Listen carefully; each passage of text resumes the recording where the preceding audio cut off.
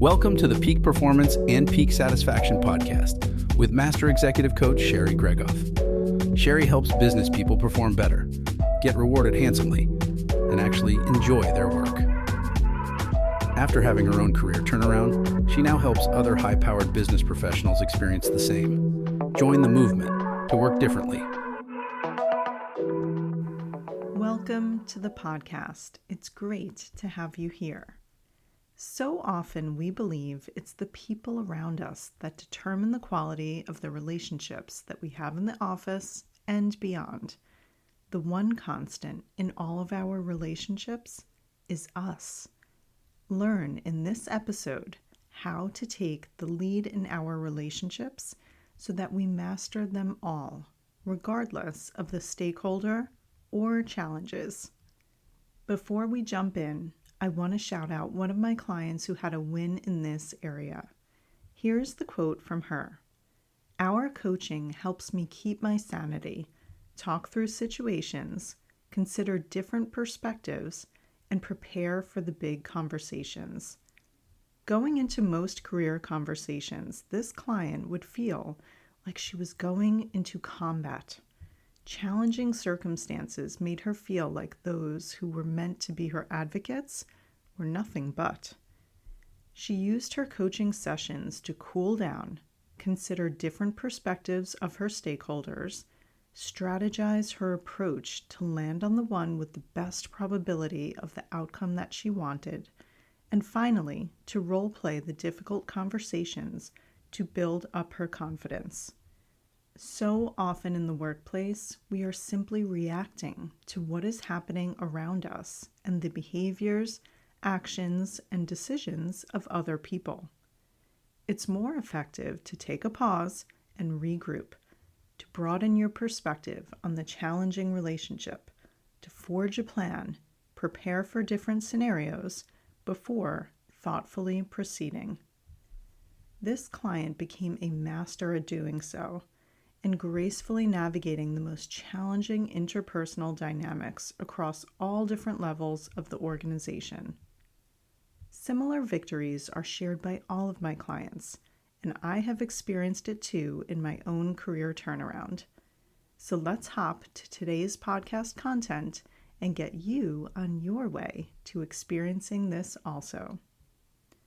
Sometimes we blame others for not being where we want to be.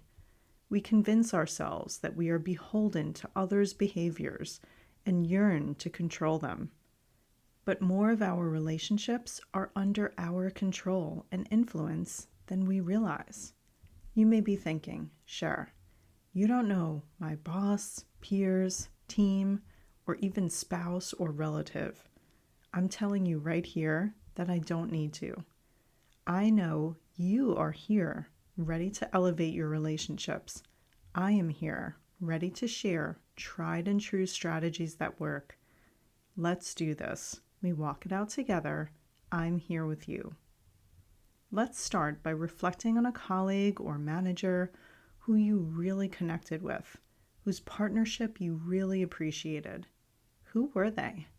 How did they make you feel? What was different about how they worked with you? Now zoom out to all of your relationships. Who loved you really well? When did you feel very loved? How were you treated in that relationship? Was it a grandparent, parent, sibling, cousin, best friend? What made you think of that person? How was their love for you different? In asking this question many times before, here are some of the common answers that I hear from people referencing mentors, managers, true blue colleagues, cherished team members, and even grandparents, parents, siblings, friends, etc.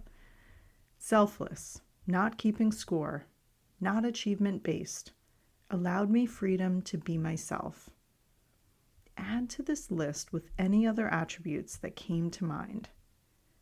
So now that we have a loose sense of some of your best relationships and why they were, let's shift the microscope to your current relationships that feel challenged or in need of resuscitation. There are 5 common relationship killers that we encounter in the office and in our personal lives. Let's take them one by one. First, freedom. Their decisions and choices are their own. Sometimes we think that our important relationships are an extension of ourselves, that we become one, and therefore we are responsible for that person's decisions, behaviors, and results. This can show up like, my boss should listen to my ideas and go with them more. My peers should support me more. My team should step it up more. My husband should listen to me and support me more. My wife should stop nagging and leave me alone.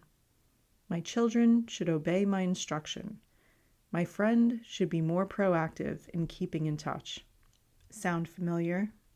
Did you hear the bad word in each of those statements? Should. I know you thought there was a different SH bad word, but really, it's should. Let me tell you why. When we try to control another person, we stifle them and we deny them their freedom. True love is loving someone enough to let them make mistakes, to not be perfect, to know their flaws and love them anyway, to release your expectations of them. Allow them to be them and you to be you. What your spouse or children or parents choose and how they act is not a reflection of you. You are 2 separate beings. Their decisions and choices are their own. This is helpful to remember in the office, just the same. Your boss, the leader of your company, your peers, and your team members are separate and distinct from you. You may have certain expectations on how everyone would work in an ideal world, but remember, it's only your ideal. Business is a combination of autonomous individuals working together. The individuals are imperfect, as is the collective. So when we are frustrated at the imperfection, it helps to practice acceptance and problem solving. There is this overriding principle in business that as long as we keep turning back to the facts to learn from them, we are far more likely to allow for the freedom to learn and improve. Second, disassociation. Their emotion isn't contagious. If a loved one is upset, you don't need to get upset. I remember recognizing this as a child. We get into routines. I remember that if I felt elated, this relative would undoubtedly be having a bad day. Or if I was feeling down, this relative would be literally whistling a happy tune. Even at a young age, I realized this could not be perfect coincidence. We had fallen into a routine. Similarly, you may feel that your loved one's emotions are contagious. If they are angry, you get angry. If they withdraw, you withdraw.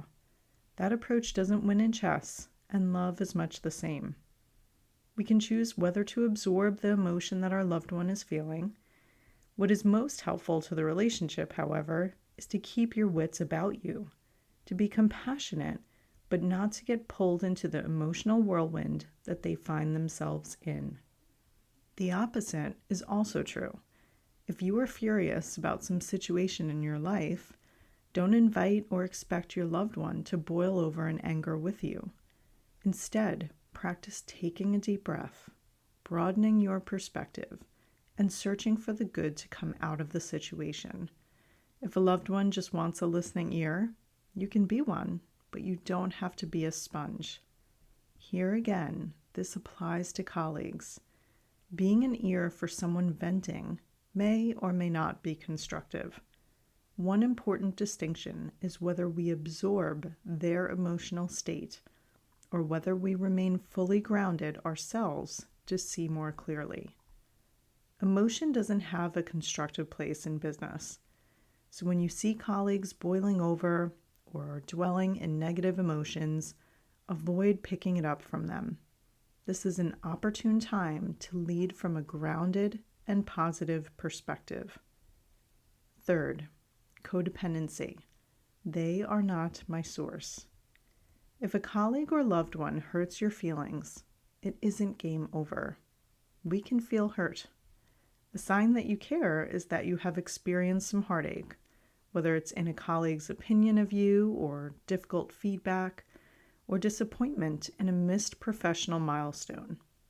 We can do hard things.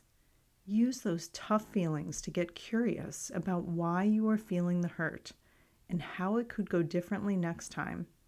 Not just if you were able to control the other person's opinions or actions, but what you yourself might change up in this equation next. To that end, we decide what hurts us.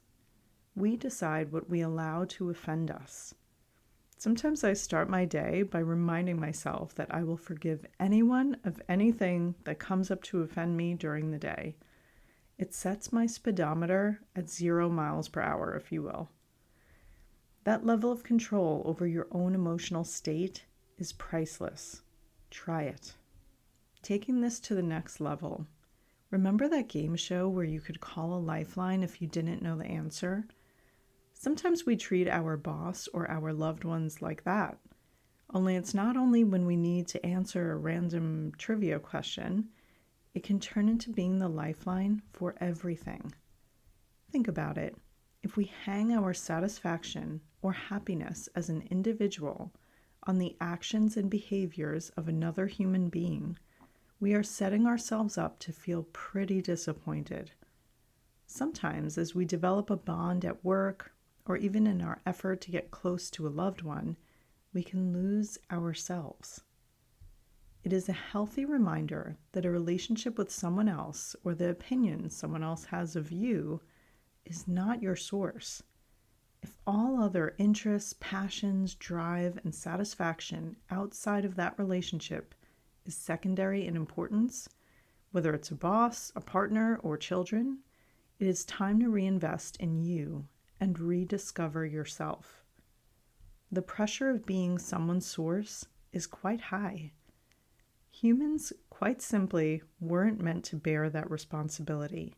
So lift it off your relationship, release the other person, and release yourself from that impossible expectation.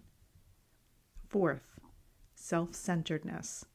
They are not supporting characters in your biopic. Do you sometimes feel annoyed when a colleague or loved one doesn't play their part well? It's like, I know the script. I have the blocking laid out in my head.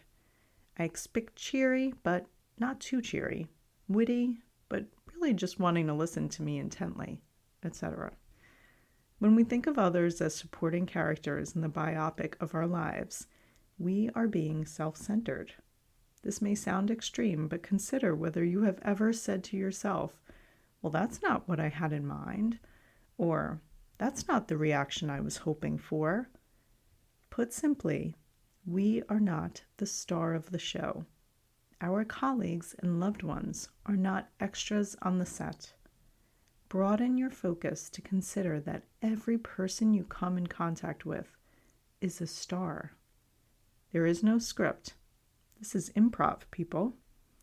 And while we are at it, if someone else gets some accolades, celebrate their achievements. Don't sink into jealousy. Life is not a zero-sum game. If someone else succeeds, it doesn't reduce the probability that you will. It gives you hope about what is possible. Congratulate and truly feel joy for others. Humility is often cited as an ingredient for success. Contrary to popular belief, humility isn't thinking less of yourself. It's thinking of yourself less. This applies at work and at home. Fifth, proactive intention. I choose love. Think back to when you first started out in your career. You may have been bright-eyed and bushy-tailed, eager to take on the world through your work. You chose the line of work for a reason and embraced it. But over the years, the luster can wear off.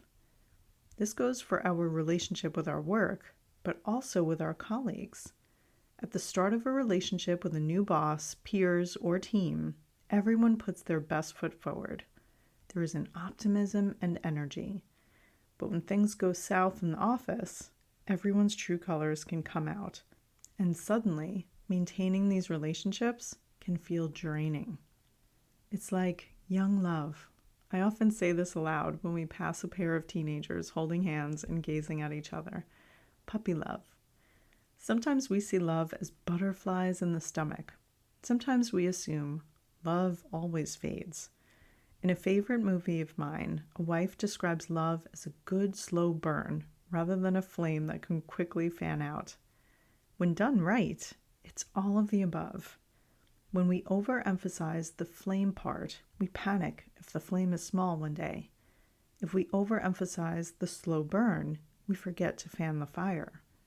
This doesn't just apply to romantic relationships. All relationships take effort. Partnership, or love, is a choice that we make every day, every moment, to put the interests or objectives of that person high on our list. We look to spend time with that person. We want to see that person satisfied. This isn't a feeling, it is a commitment. In marriage, we take vows, through good times and bad, in sickness and in health. Business is similar. For the time you decide to work there, you are in it for the long haul. That includes when your boss starts feeling insecure and becomes a micromanager. That includes when your team members' health implodes and their work hours dwindle and their work product suffers. These inconveniences, this straying from the plan or original working arrangement or terms, can be frustrating, but devolving into typical destructive patterns in the office won't help things.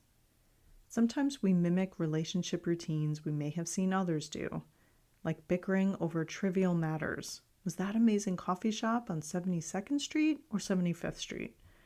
Or talking bad about our partners, or kids, or bosses, or peers, or team members. You know better, and that all that sows is bitterness and division. This part involves no ego, no self-centeredness, but a consistent wish for the best for that other person, with gratitude and understanding. When we start to judge our colleague or loved one as being boring, uninteresting, not making enough of an effort, not meeting our expectations, annoying, there being an incompatibility, recognize it's a choice that we are making. This isn't a litmus test situation. It is your judgment on them and their part in the relationship. Try as you may to will them into following your wishes. Your best bet is to focus on your part in the relationship instead. Which brings us to the next topic. The other side of relationships is the flame. It is the passion and spark to any relationship. And this doesn't just go for romantic relationships. It goes for all of them. It's how to jolt a relationship back into gear and can be done proactively. Spark your relationship with your child by letting them set the agenda for a one-on-one day with you, maybe at the laser tag park or the soccer field. Disclaimer, that is where mine take me. This is injecting fun, spontaneity, and fresh ways of showing that person you care. It's making time in busy lives to cultivate your relationship and keep it fresh. At work, this usually involves one-on-one time in a different setting. It helps shed whatever routine or rut you may be in at the office. When two people are face-to-face in a different environment, it's far more apt for us to find common ground, to treat each other with respect, and to connect more deeply. This can be orchestrated, though not always successful.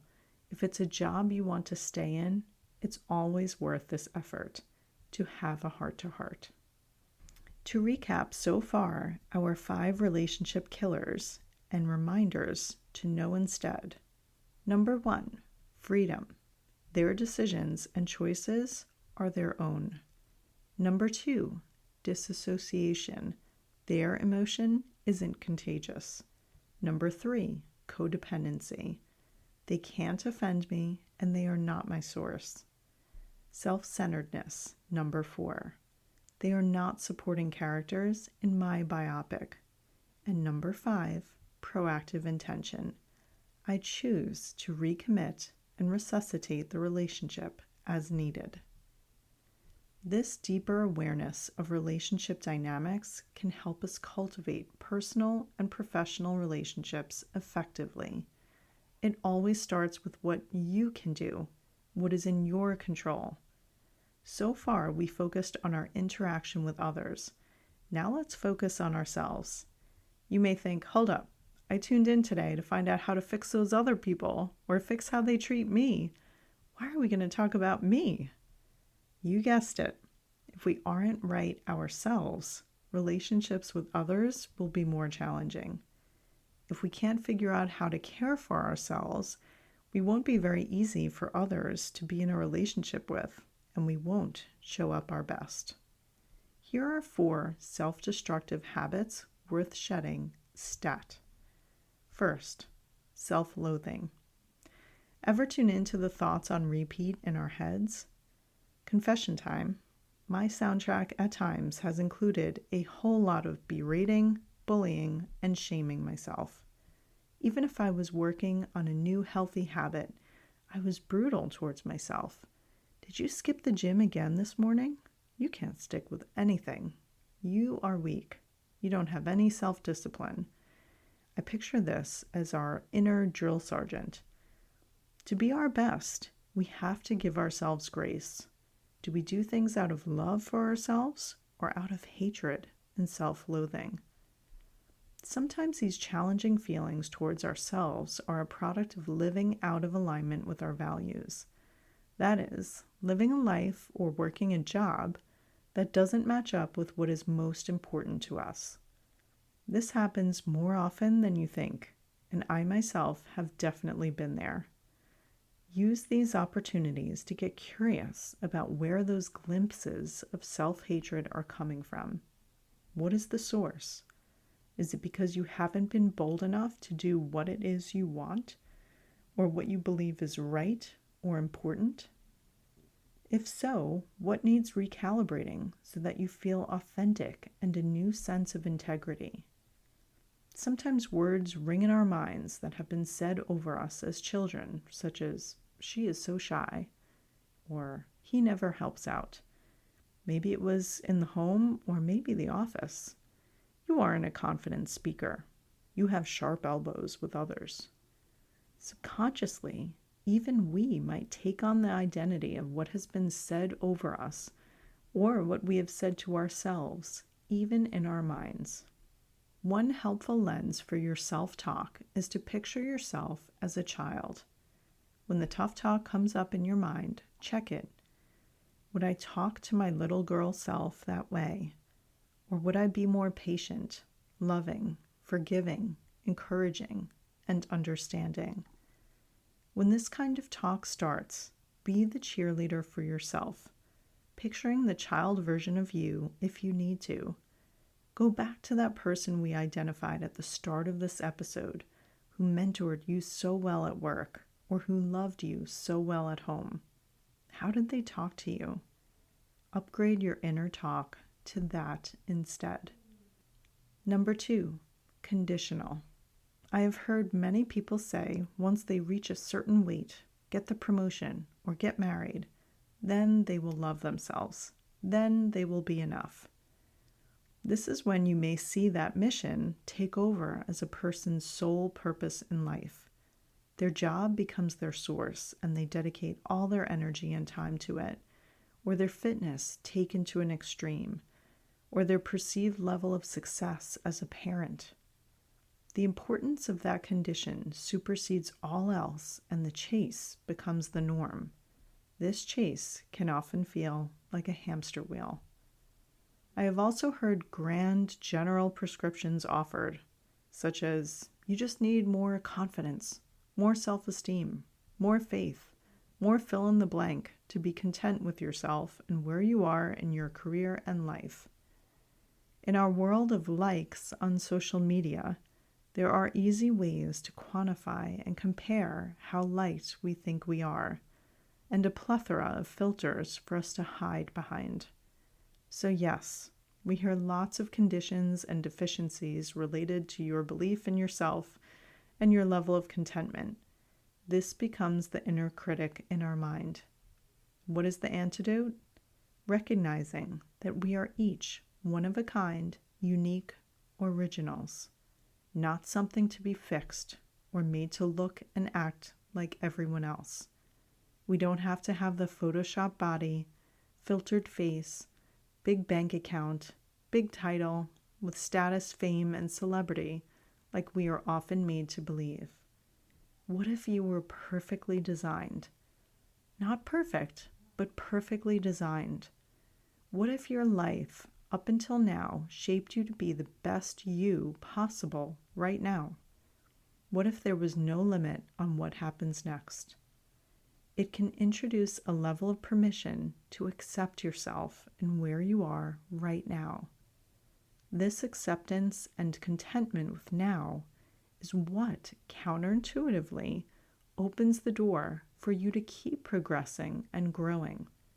It's not one or the other, contentment or growth. It's both. It's the only way it works, in fact. Number 3, guilt tripper. What are you feeling guilty or disappointed about? Is it a mistake that you made? Is it someone you feel you failed? Is it an expectation you had for yourself, a mark that you didn't meet? Is it an embarrassing moment that you just can't forget? Guilt, regret, and unforgiveness can feel like a black hole. Shame can be a blanket that we get used to carrying and covering ourselves with. This inner voice shows up as the punisher. We can believe it is an endless state until we realize that no one is perfect. Our expectations are arbitrary, and failure is just information. If this guilt is related to a deed that hurt someone else, seek forgiveness. If there is a broken relationship from the workplace, look to restore it. It's been too long. We're out of touch, you might say. Find them. In this day and age, you can find anyone. Make amends. If they have passed away, send your sentiment and your apology towards their soul. Everything and everyone can be forgiven. Get on out there and make amends with anyone you wronged. It will be so good for both of you.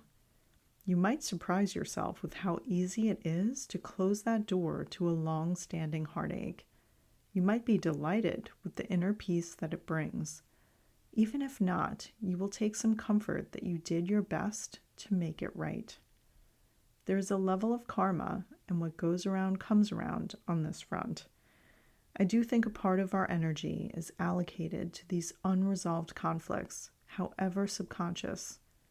Make things right by apologizing in both professional and personal relationships to heal those old hurts and free you up for positive relationships from here. Number 4, anger management. On that note, consider who you haven't forgiven. Are you holding on to past hurts and holding grudges like they were security blankets? We can take a wrongdoing and give it so much power over our well-being that it can become a reason for living. No matter the extent of that wrongdoing, however traumatic and harrowing, there is good that came of it. Holding fast to the hurt is giving it new life, pulling it from the past into your present day. The only person doing that is you. The only person who can stop doing that is you. You might think, what they did was wrong. They don't deserve it. Good news. This isn't about keeping score or even making it right. This is about releasing the anger and hurt that you are feeling.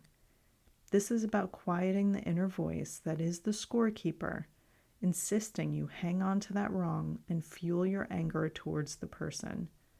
Whether work trauma or personal trauma, consider, what if that person was just doing the best they could with what they had and what they knew at the time? What if that person was fighting a battle you know nothing about? What if it's totally in your control to forgive without approving of the behavior? What if you could feel care for that person and separate them from that action? Forgiveness can seem difficult to grasp. I find it is best to take it head on. Decide today, write it down, the date and everything. I forgive this person. I love them and wish them well. Anytime little angry whispers bubble up, repeat to yourself that no, that isn't necessary. I forgave that person. I love them and I wish them well. Keep doing this and it will become real. So now we know what might be getting in the way of that relationship with yourself. We can release this today, right now. Say goodbye to the drill sergeant, the inner critic, the punisher, and the scorekeeper. Now that you are aware of them, when a thought comes from those places, you will know better. You know they won't help you be the best you, and you can upgrade your thoughts instead. By releasing self-loathing, conditional love, guilt-tripping, and anger management, you open yourself up to a better relationship with yourself as a basis for all your relationships with others, at work and beyond. Just like how you want your relationships to be with others, you want to apply those standards to yourself too. Unconditional respect, not earned, no scorekeeping, no grudge holding, no shaming. Use this as a resource to improve your relationships at the office and at home. In business and otherwise, we were meant to work together. Feeling alone in it all, or even fighting ourselves on a daily basis, can really hold us back in our performance and satisfaction.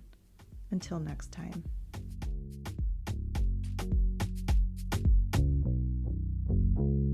Looking for support in applying the principles and strategies in today's episode? Sherry coaches clients one-on-one as their trusted confidant and advisor, helping each client create the work and life they had only dreamed of. To schedule your complimentary career strategy session, go to sherrygregoff.com/apply to book time with her today.